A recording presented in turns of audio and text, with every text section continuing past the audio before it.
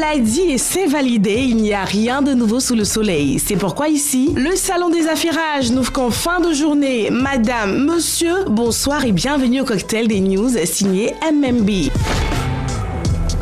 À la carte de ce 14 février, journée internationale de sensibilisation aux cardiopathies congénitales. Parler des maladies cardiaques le 14 février, jour de fête des amoureux, le raccourci est facile, mais il permettra au moins de penser un peu aux peines de cœur les plus sérieuses. L'histoire commence en 1999 aux États-Unis, où la mère d'un enfant atteint d'une malformation cardiaque a l'idée que le jour de la Saint-Valentin serait un jour de sensibilisation du grand public aux cardiopathies congénitales, opérables pour certaines et pas pour d'autres. Ces malformations constituent, dans tous les cas, un handicap durable pour les personnes atteintes et personne n'est à l'abri. Alors, prenons soin de nous.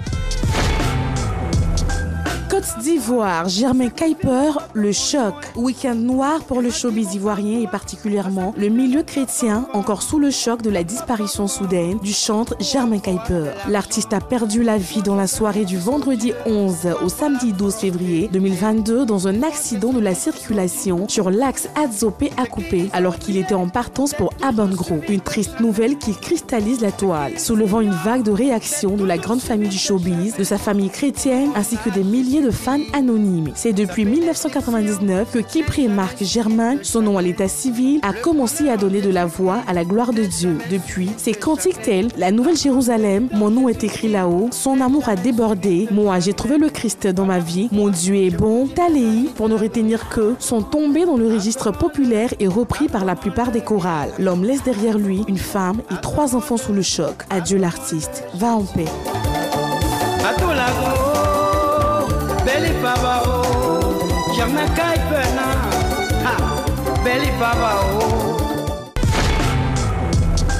Congo, Barbara Kanam, la grande douleur. Barbara Kanam traverse actuellement des moments difficiles. La chanteuse d'origine congolaise est sous le choc de la mort de sa sœur aînée, Tania Rezande de Asonsao, née Mutende, celle qu'elle considérait comme son bouclier, sa conseillère et sa jumelle. Tania, ma sœur, s'en est allée entourée d'un cortège de gloire telle une héroïne. Elle avait consacré sa vie pour ses enfants, son mari, sa famille. Elle a servi Dieu jusqu'au bout et a combattu le bon combat. Mon cœur saigne, a déclaré en substance la chanteuse sur son compte Instagram de condoléances à la famille Mutende dont fait partie Barbara Kanam.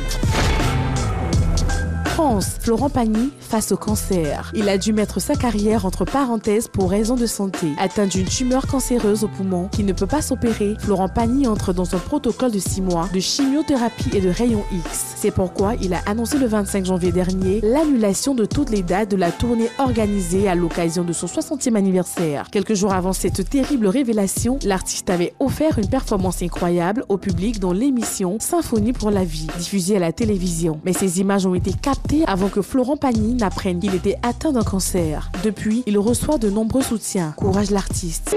Savoir attendre, goûter à ce plein bonheur.